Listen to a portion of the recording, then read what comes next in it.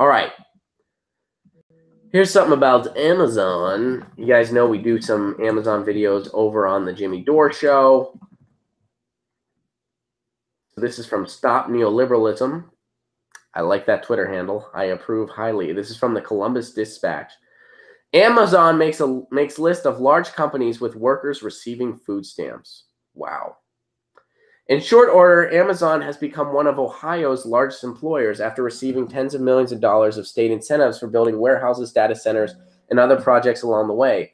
Now, the online giant has quickly made its way onto another list, one charting the state's employers with the most workers and their family members who also qualify for food stamps.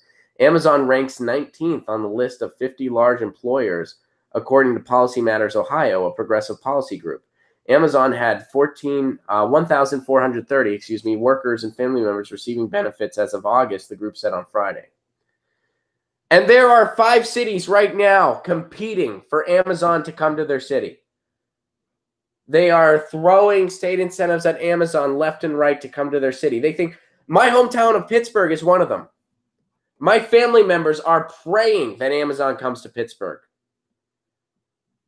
And at the holiday table, I was the only one. I was like, you realize it's not going to, the few jobs they're bringing in is not going to be worth what the city's giving them. This is going to, in the long run, this is going to hurt whichever city this comes to.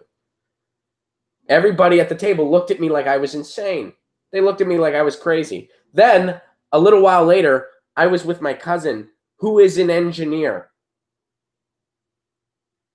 who is a biomedical engineer, who's familiar with the type of jobs Amazon would be bringing. And when I told him, I'm like, dude, I think the harms are going to outweigh the means. He was like, of course they are. Are you kidding?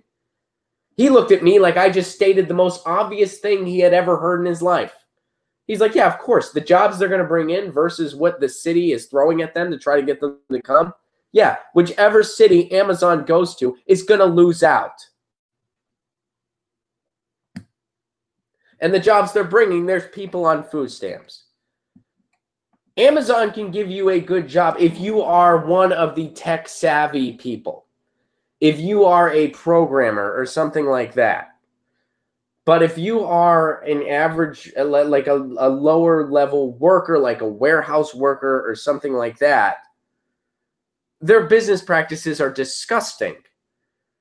They have an ambulance waiting outside their distribution center because it saves them money to just take somebody off in an ambulance that passes out from heat exhaustion than it would to provide them with proper working environments and adequate breaks and integrity. Over in the UK, not even in the United States where we have bullshit policies like right to work, but over in the UK, the drivers for Amazon had to wear diapers to make their routes. And that's something that's been going on in the U.S. for a long, long time. We've been doing that, and it's not just Amazon that does it. It's a lot of the logistic companies in general. They have these systems in place where you have to maintain a certain route, and in order to physically maintain it, you have to cook the books. You can't take your required breaks. It's impossible. And if you don't make those routes, guess what? You lose your job. The company has said that full-time employees at its warehouses receive competitive wages and comprehensive benefits, including healthcare, retirement, and company stock awards. And you might even get a free ambulance ride. You pass the fuck out, we might not charge you for the ambulance ride. You just saved $5,000. Huh? We're philanthropists.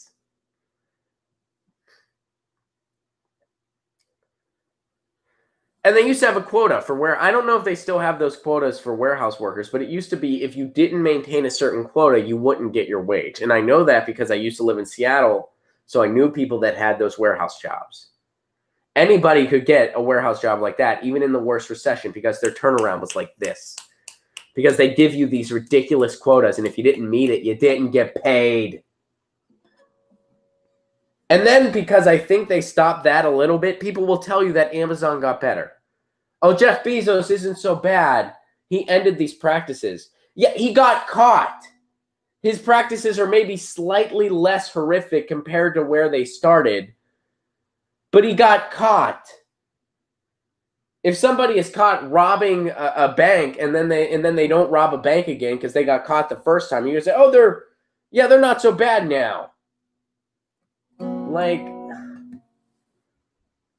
it's amazing the mental gymnastics people do to try to applaud one of the most brutal, predatory capitalists that our generation has ever seen. I mean, Jeff Bezos is a very compromised person, to say the very least. He has deals with the CIA. He meets with weapons manufacturers. He owns a newspaper called the Washington Post. And by the way, in that newspaper, there are laws that you cannot make the advertisers look bad. Who are their advertisers? Oil and gas, among others. And you can't say anything critical about him. The Washington Post is a propaganda, war profiteering rag. You want to talk about fake news? That's fake news. And now you see the jobs that they bring in. And there are still cities that are pleading for Amazon to come there, that are begging for Amazon to come. Hey guys, thanks for watching. That was a clip from Get Your News On with Ron, the world's first viewer-curated streaming news show. What does that mean? That means I log on to a stream and people tweet me articles over on Twitter at Ron Placone, or they use our Reddit subsection, which is just Get Your News On with Ron over on Reddit. And that's how we build the show. I'm seeing all these articles for the first time. We are literally getting our news on together. Follow me on Twitter at Ron Placone so you can participate.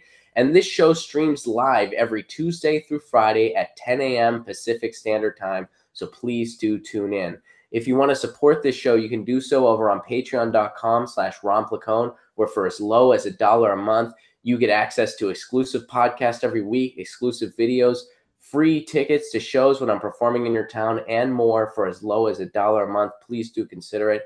Thank you so much for your support. This has been Get Your News On with Ron.